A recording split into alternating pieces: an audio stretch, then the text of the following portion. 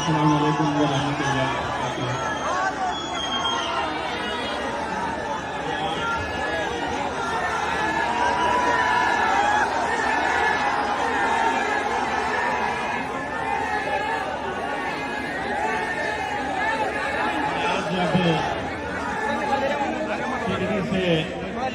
दिल्ली के लिए रवाना हो रहा था, फ्लाइट में बैठ रहा था, तो असद भाई का मैंने ओखला के अंदर पैदल दौरा जो चल रहा था वो लाइव देख रहा था, और वो देखने के बाद मुझे पूरा यकीन हो गया कि इंशाअल्लाह इस बार ओखला के अंदर बदलाव होंगे। इंशाअल्लाह ओखला के अंदर नतीजे में एक तब्दीली आने वाली है। मैं बड़े ही ईमानदारी के साथ ये बात कहना चाहता हूं, मैंने सफा भाई को कभी मिला नहीं, कभी देखा नहीं, ना तो कभी फोन के ऊपर बात हुई। तब आप ये सोचेंगे कि जिस शख्स को हमने देखा नहीं, जिस शख्स से हमें कभी बात नहीं किए, हमने कभी उनसे मुलाकात नहीं की, न फोन पे बात की, तो कैसा मजलिस इत्तेहाद मुस्लिमीन ने एक ऐसे उम्मीदवार को टिकट दे दिया ओखला से जिसे हम मिले भी नहीं है। यकीन मानिए, जब ये बात सामने आई कि दिल्ली के चाहे वो ताहिर हुसैन साहब हो या सफा भाई हो, इनके बारे में हमने जब पूरी मालूमात हासिल की, एक बात हमें समझ में आई, हमें इलेक्शन में एक पैगाम भी देना है। अगर सफा भाई जैसे लोगों के साथ अगर मजलिस नहीं खड़े रहेगी तो यकीन मानिए उनके साथ कोई खड़े रहने वाला नहीं है। हमने ये देखा है, आज अगर इतने सालों से वो जेल में है, वो सलाखों के पीछे है, तो किस लिए? क्या किसी की जमीन हड़पी है? क्या कोई बड़ा जुर्म करके वो अंदर गए हैं? क्या किसी का पैसा लूटे हैं?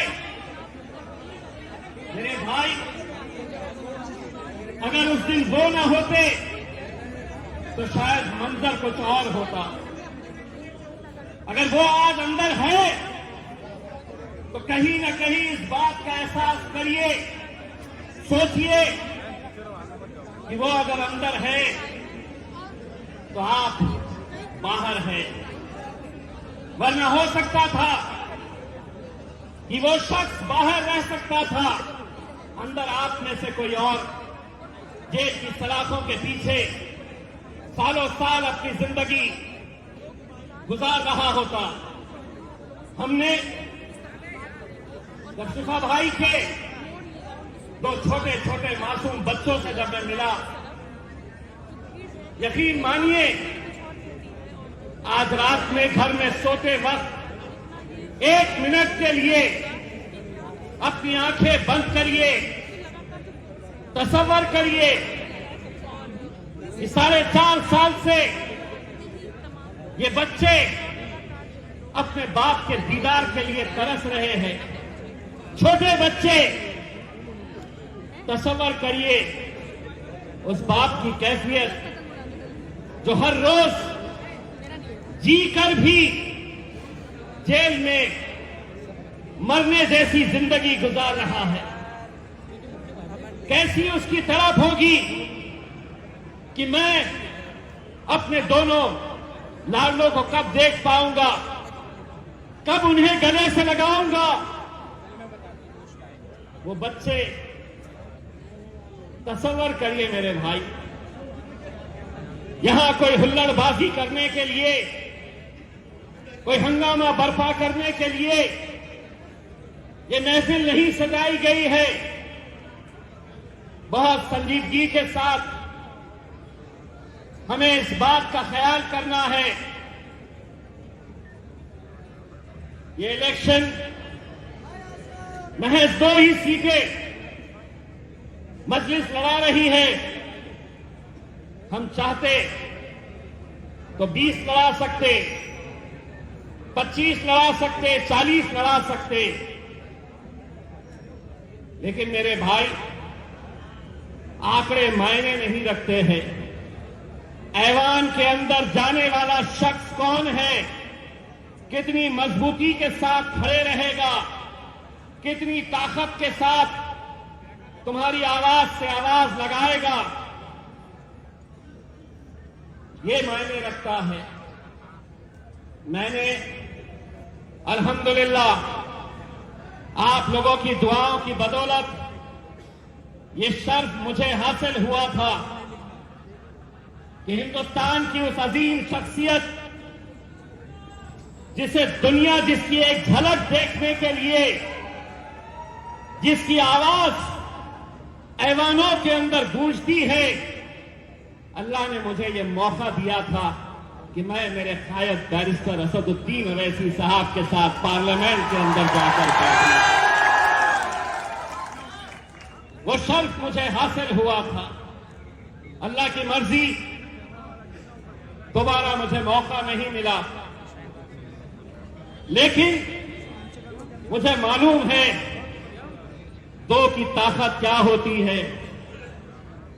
वहां पे कितने और बैठे हुए हैं, कोई मायने नहीं रखता है।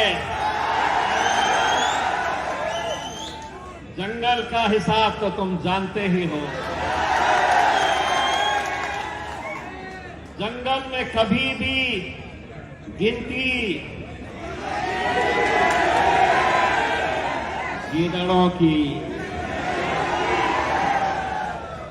भेड़ बकरियों और कुत्तों की गिनती नहीं होती। शेर कितने हैं ये देखे जाते हैं। बहुत तकलीफ होती थी उन्हें कि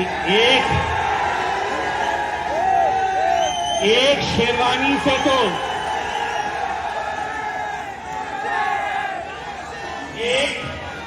एक शेरवानी से तो पूरी हुकूमत परेशान थी। बोले ये दूसरा भी आया है तो बोलता बहुत है। मजलिस गूंगे, मुक्के और बहरों की जमात नहीं है। हम बोलते हैं और अल्हम्दुलिल्लाह पहले ही दिन से अगर मैंने वहां पर जाकर कुछ सीखा था तो मेरे कायद ने मुझे ये सिखाया था कि पूरा सीना तान के, पूरे जिगर के साथ सच को सच बोलने की हिम्मत रखो, झूठ को झूठ बोलने की हिम्मत रखो, क्योंकि इतिहास दिलेरों का लिखा जाता है। इतिहास दिलेरों का लिखा जाता है, दलालों का नहीं लिखा जाता है। कितने जाते हैं हमारे भी उन ऐवानों के अंदर, कितने जाते हैं, लेकिन जब तुम्हारी आवाज बनने की बात आती है, तुम पर जुल्म होता है, तुम पर ज्यादती होती है, तो कोई बोलने के लिए तैयार नहीं होता। लोग परेशान थे कि पहली मर्तबा पार्लियामेंट के अंदर आया और नरेंद्र मोदी की आंखों में आंखें डालकर बोल रहा है।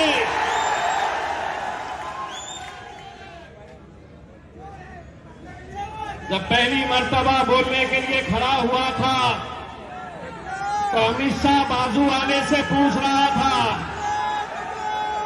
अमित शाह ने बाजू वाले से पूछा, ये कौन? तो बोले साहब, असद भाई का एक और भाई आ चुका है।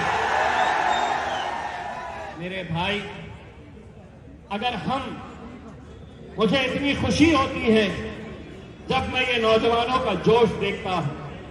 आपके जज्बे को मैं सलाम करता हूं। कभी कभी तो लगता है कि हम हैदराबाद में खड़े हैं कि जहां तक नजर जा सकती है वहां तक आवाम खड़ी हुई है। बस मुझे इतना यकीन दिला दो, इतना यकीन दिला दो। ए मीडिया वालों, थोड़ा कैमरा हमारे पास से हटा दो।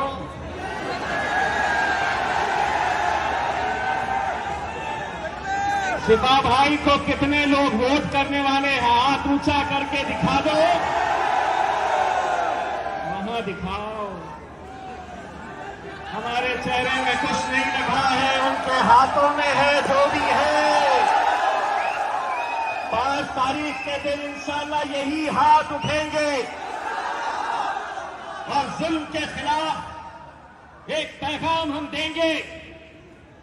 जुल्म के खिलाफ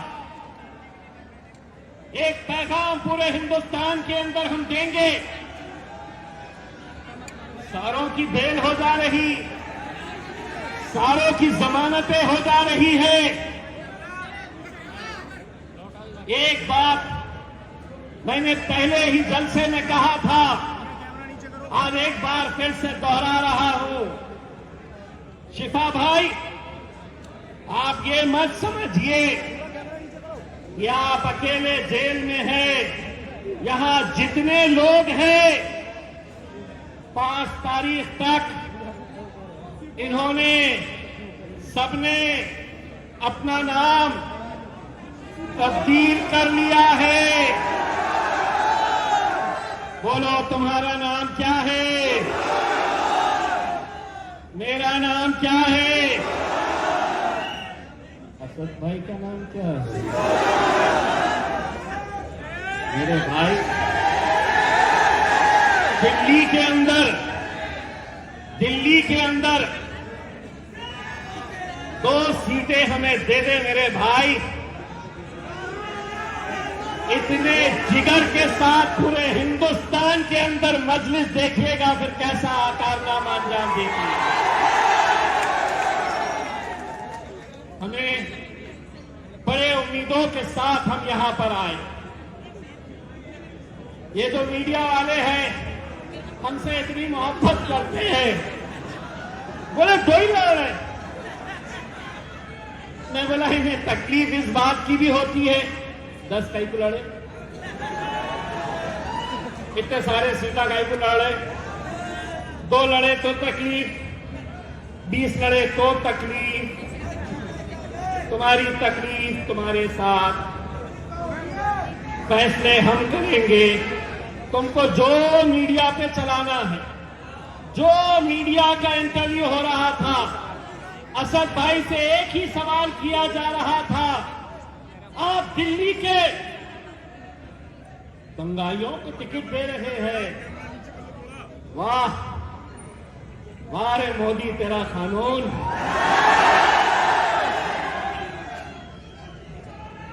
अगर ये दंगाई है तो एक बात अच्छी तरह से कान खोल के ओखला की आवाम से सुन लो। अगर तुम मेरे इन भाइयों को दंगाई कह रहे हैं तो जिस पार्लियामेंट के अंदर हम बैठते थे वहां पर हमने दहशतगर्दों को भी बैठे हुए देखा है। कौन थी?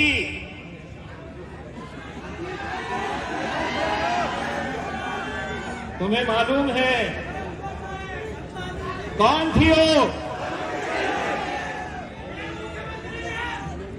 मैं नाम क्यों नहीं ले रहा मालूम क्या? क्योंकि आधा मैं बोलता हूं, आधा तुम बोलते हैं। मीडिया वालों को क्या मिलता है तो बाबा जी का,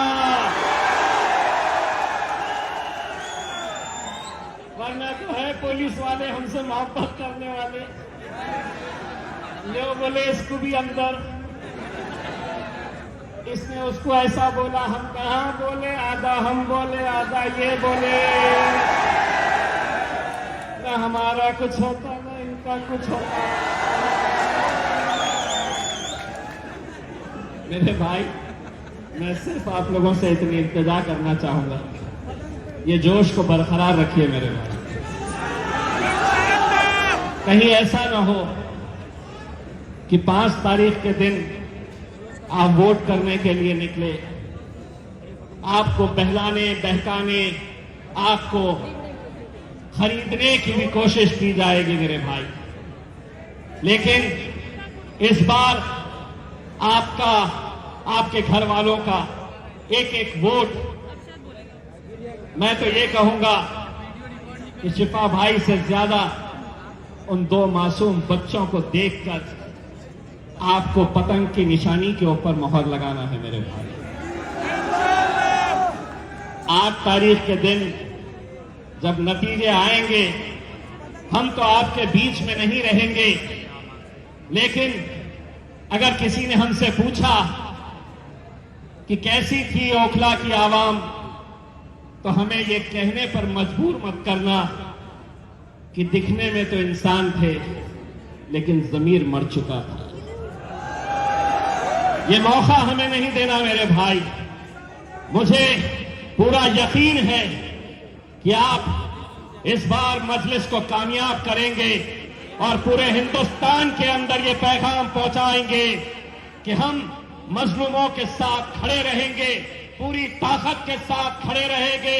जिसको जो भोंकना है भोंकने दो, मजलिस खड़े रहेगी और इंशाअल्लाह आप लोग हमारा साथ ऐसे ही देते रहेंगे। बहुत बहुत शुक्रिया।